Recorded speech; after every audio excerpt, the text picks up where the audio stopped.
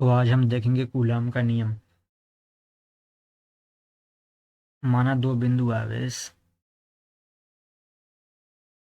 Q1, पहला Q1 मान लिया और दूसरा मान लिया Q2 है।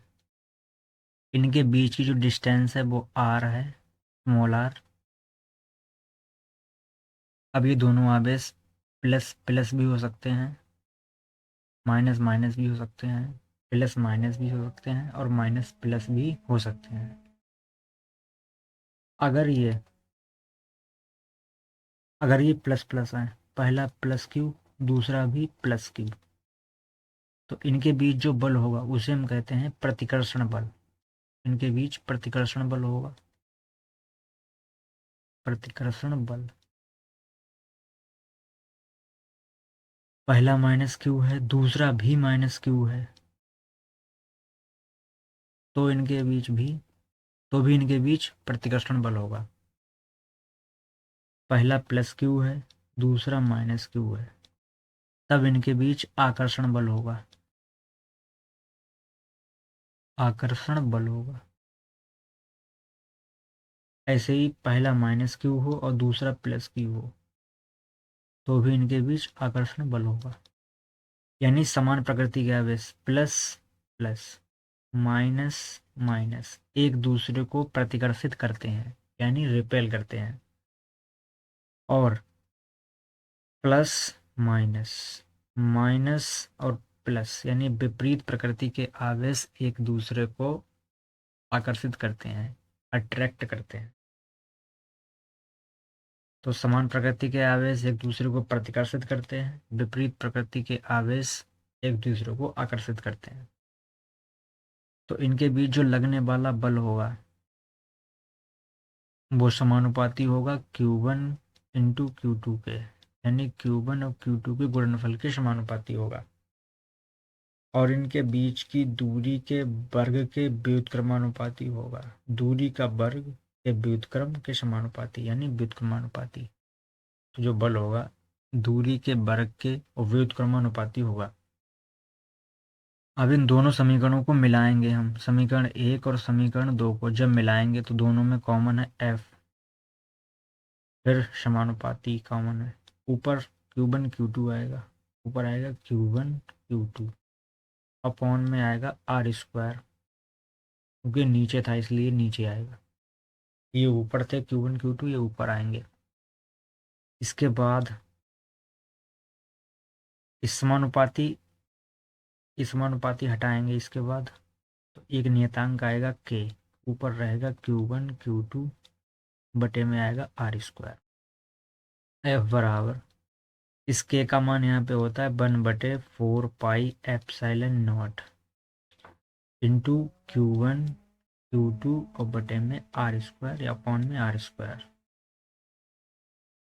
ये आ गया।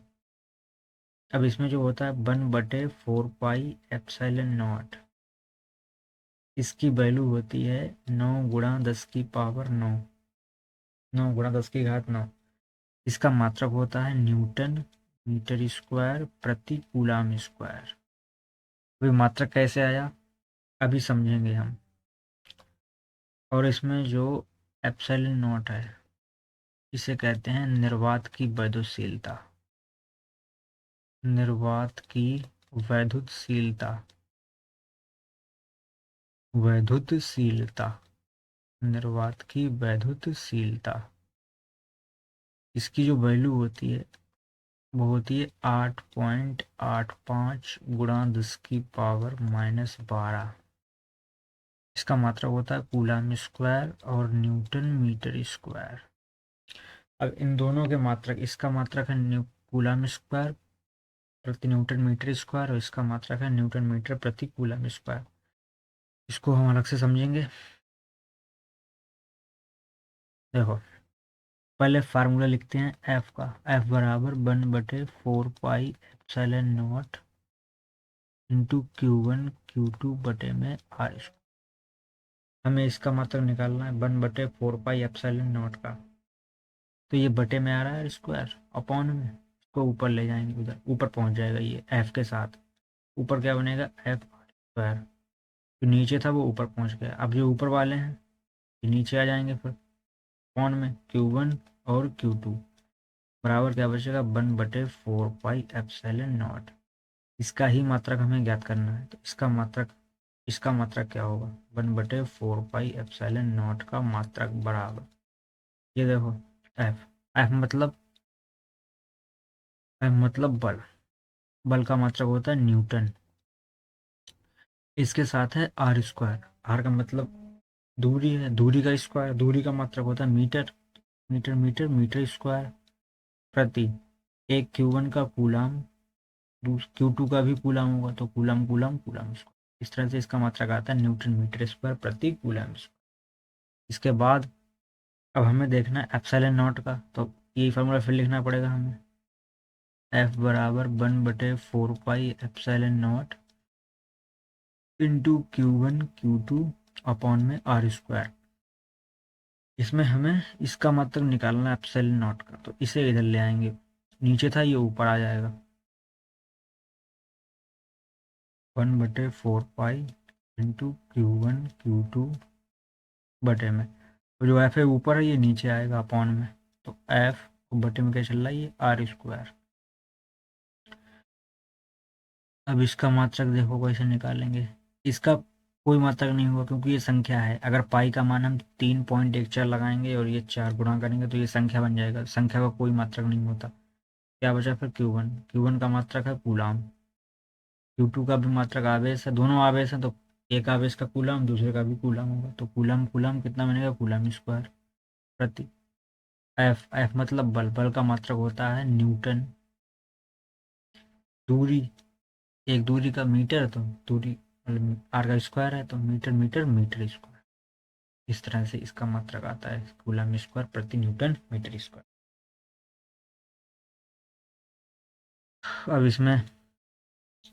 अब इसकी थ्योरी कैसे लिखेंगे हम। थ्योरी इसकी लिखेंगे,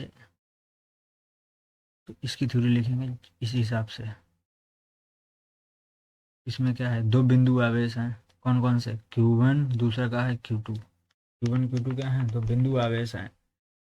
Q1 Q2 तो दो स्थिर बिंदु आवेशों के बीच लगने वाला बल। दो स्थिर बिंदु आवेशों के बीच लगने वाला बल उन आवेशों के गुणनफल के, इनकी गुणा है, गुणनफल के समानुपाती। इस समानुपाती का चिन्ह लगा है।